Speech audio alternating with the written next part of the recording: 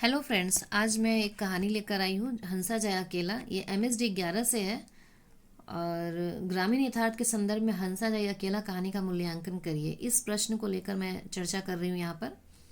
हंसा जाए अकेला ग्रामीण परिवेश के यथार्थ से जुड़ी हुई एक ऐसी मार्मिक कहानी है जिसके अंत में राजनीतिक यथार्थ छिपा हुआ है।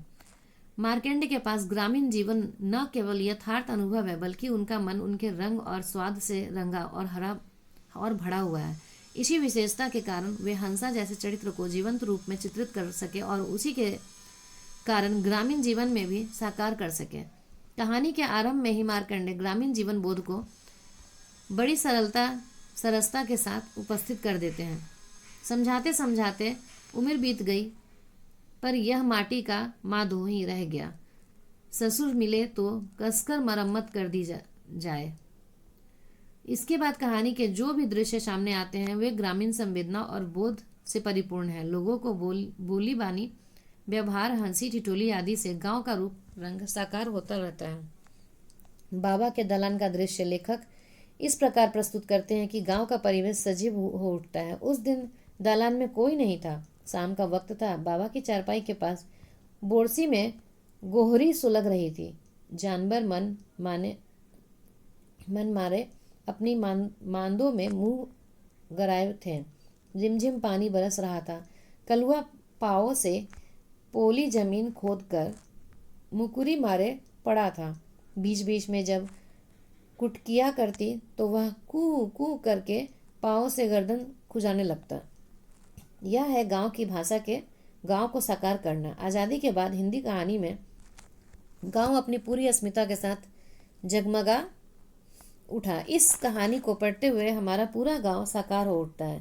नामवर सिंह ने बहुत सही लिखा है कि गांव की जिंदगी पर कहानियां भी लिखी जाती थी, लेकिन जिन आत्मीयता के दर्शन मार्कंडे की कहानियों में होती है वह अन्यत्र दुर्लभ है। राजनीतिक चहल पहल इस गांव की यथार्थ का अन्य पहलू है। यह कहानी आज़ादी मिलने के पहले की राजनीतिक चहल पहल की पृष्ठभूमि में लिखी गई है। उस समय लोग कांग्रेस और आज़ादी के दीवाने थे। सुशीला के माध्यम से कहानी में राजनीतिक रंग पैदा होता है। हंसा की सक्रियता से वह कहानी के मूल रस में घुल मिल जाता है। चुनाव की सरगर्मी, चहल पहल, भजन कीर्तन करके लोगों को जगाना, वोट डालने के लिए प्रेरित करना, मतदान के समय की कारगुजारियां, चालाकियां आदि सब दृष्टात्मक रूप से प्रत्यक्ष हो जाते हैं, किंतु यह सब कहानी की मर्यादा के अनुरूप ही हुआ है। कुछ स्पष्ट, कुछ सांकेतिक और कुछ अर्थगर्भित ढंग से। नई कहानी में परिवेश अलग से चित्रित न होकर कथ्य का अभिन्न अंग बनकर प्रस्तुत हुआ है। कथा को गति और अर्थ देता हुआ लेखक द्वारा इस कला का प्रस्तुतिकरण बहुत ही सार्थक ढंग से किया गया है। इसमें कहानी जीवंत उठती है। मार्केंड ने ग्रामीण यथार्थ और राजनीतिक यथार्थ दोनों को समान ढंग से अर्थात सारगर्भित ढंग से रूपायित किया है। विशेषकर चुनावी राजनीतिक, चुनावी हथकंडे आदि सुशीला के बढ़ते प्रभाव को देखकर विपक्षी दल हंसा प्रसंग की आड़ लेकर जनता को भड़काए है और उन्होंने प्रचार कार्य से विरत करने की नोटिस दिला देते हैं। दूसरी तरफ हंसा की मतदान के समय लोगों को सिखाता है, बाबू साहब जो कहे मान लो, पूरी मिठाई राजा के तंबू में खाओ, खर्चा खोराक बाबू साहब से ले लो और मोटर में बैठो, लेकिन कांग्रेस का बक्सा याद रखो। चुनाव की ओछी राजनीतिक का ऐसा एक दूसरा पक्ष भी है। गांव में चुनाव की धूम मची थी। बाबू साहब बबनौटी के साथ कांग्रेस का विरोध कर रहे थे। उनके पैरों पर इस्तेहार टांग दिए जाते तो उनके आदमी उखाड़ देते, किसान बुलाए जाते, उन्हें धमकाया जाता, खेत निकाल लेने की, जानवरों को हका देने की बात कही जाती और हंसा सुशीला की कहानी का प्रचार किया जाता। भ्रष्टाचार है सब, इनका कोई दीन धर्म नहीं है, गन ही तो तेली है। संकेत रूप में हमारे यहाँ जनतंत्र का वह आईना है जो आगे चलकर और प्रगाढ़ हुआ। यह कहानी आज़ाद भारत के राजनीतिक चरित्र को भी उद्घाटित करती है। मार्केंड ने कहानी में राजनीतिक रंग पैदा करने और उसे रोचक बनाने के लिए रामलीला प्रसंग को भी सार्थक ढंग से मोड़ा है। रामलीला में हंसा का रावण बनना, लक्ष्मण का ठोकर लगकर गिरना, राम को उल्टी आना और जनता की फौज का जीत जाना भी साभिप्राय है। कांग्रेस जनता की पार्टी है। इससे विराहिम, कालू, भुलई, फेदर सभी हैं। यह जनता की लड़ाई है। चुनाव में यह जनता अपनी लड़ाई जीत जाती है, पर राक्षसी सेना बनकर इस लड़ाई से राम बेचारे अकेले बैठे रह गए। रामायण बंद हो गई।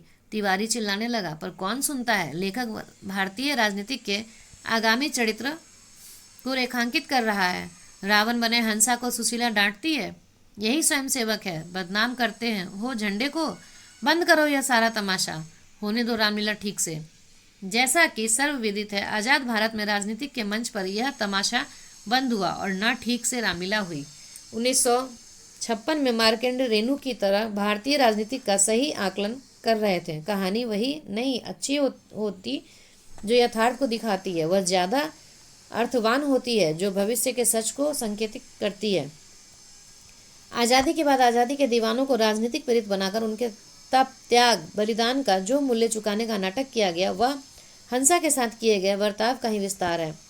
आज़ादी मिली तो उसे रुपए मिले, राजनीतिक प्रेरित था वह। कहानीकार ने इस बर्ताव का सटीक उत्तर दिया है हंसा के माध्यम से, पर वह रुपयों को गड्डी लेकर हंसता रहा और फिर उन्हें गांव की दीवारों में एक एक कर टांग आया। शायद वही कह रहा था, नहीं चाहिए आज़ादी की लड़ाई की यह कीमत। हंसा के दुख भरे व्यक्तिगत जीवन में यह राजनीतिक स्वांग एक नई चुभन देती है।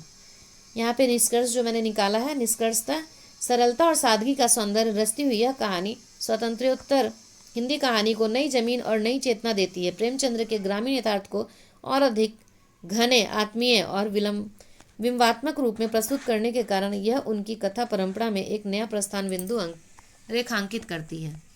इस तरह से मैं देख रही हूँ कि ये जो हंसा जाए अकेला से मैंने ये प्रश्न तैयार किया है, और इसी को आधार बनाकर आप दूसरे प्रश्नों का भी निचोड़ आप दे सकते हैं, उसका सारांश या फिर उसको व्याख्यात कर सकते हैं।